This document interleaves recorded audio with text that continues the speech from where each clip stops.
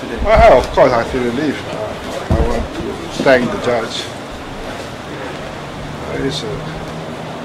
It's very refreshing when you have a judge who sees things clearly and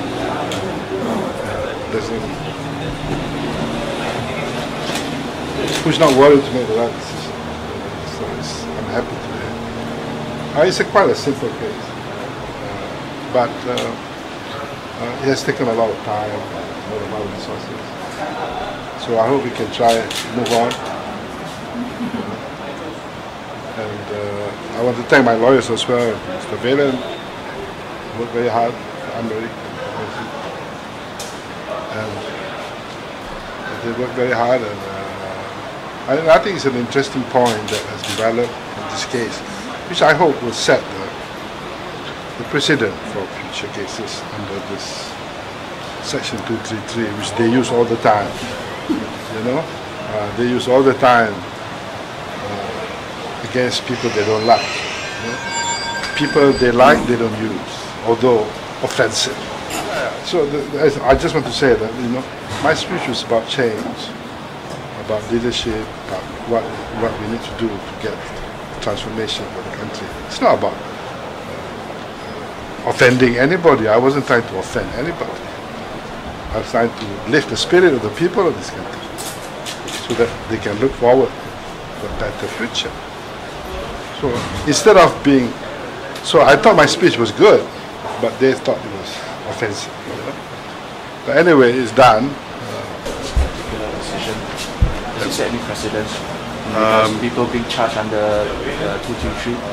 Does it set any precedence? No, I think this is the first time they distinguish between the two limbs, 2331A and 2331B.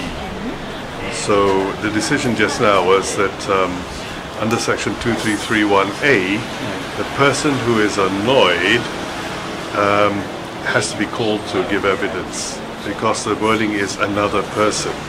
And then the second limb under Section 2331B, the terminology used is any person.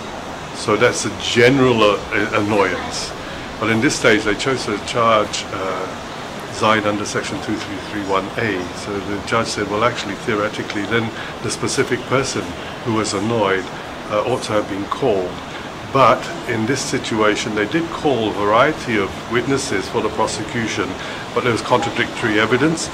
Most of the witnesses they called said they were not annoyed by the speech given.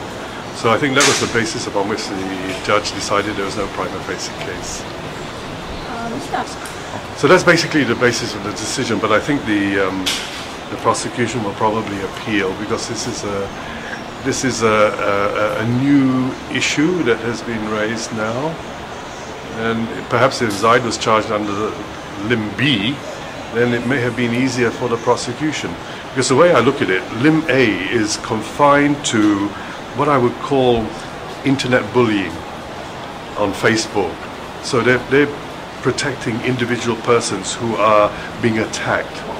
But Limb B seems to protect people from general blog sites and dissipation of articles that can cause general annoyance.